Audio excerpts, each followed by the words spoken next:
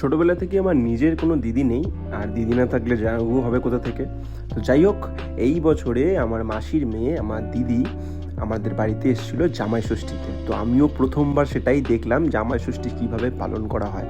যদিও ভিডিওটা দিতে অনেক লেট হয়ে গেছে, জামাই ষষ্ঠী অনেক দিন আগে চলে গেছে। আরে ঠিক আছে বস, ও দেরি হয়েছে তো কী হয়েছে, নতুন করে তোমরা দেখো জামাই ষষ্ঠীর ভিডিও। আমার মা কীভাবে জামাইবাবুকে বরণ করে নেয় আর কী কী রিচুয়ালস আছে আমিও জানি না, সেটা দেখেছি আমি, আর এখন তোমার সাথে সেটা শেয়ার করলাম। তো দেখতে থাকো। একটু টাইম লাগে।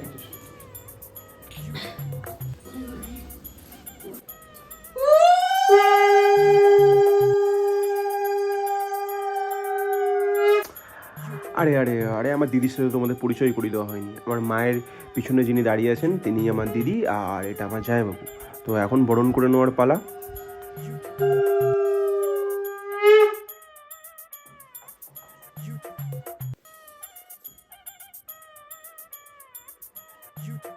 ঠিক আছে,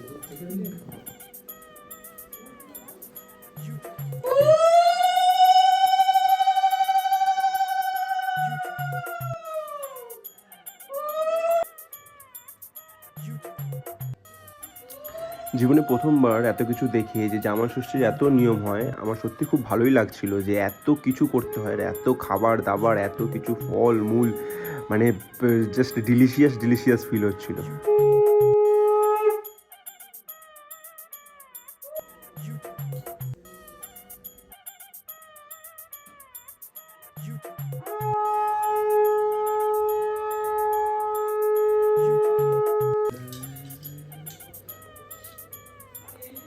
প্রথমবার জামাই ষষ্ঠী করছিলাম।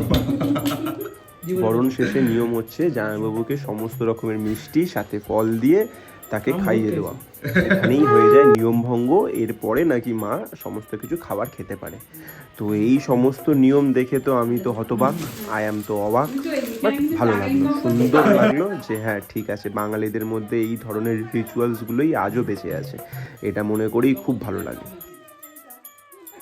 এবার শুরু হলো উপহার দেওয়ার পালা। এইটাকে কি নাম বলে আমার ঠিক জানা নেই, তাই বলতে পারলাম না, কিন্তু শাড়ি বা সাথে কিছু টাকা পয়সাও নাকি দিতে হয় শাশুড়িদের। আর শাশুড়ি মাও কি দেয় তো সেটা আমি জানি না, এটার নাম কি সেটাও আমি বলতে পারবো না। তো ভিডিওটা তোমরা দেখো, আর যদি তোমরা জানো যে এটাকে কি বলে তো প্লিজ আমাকে কমেন্ট বক্সে জানিও। এবার তাহলে আমার 600 দিতে কোন থাকবে? ভালোভাবে থেকো বাবা।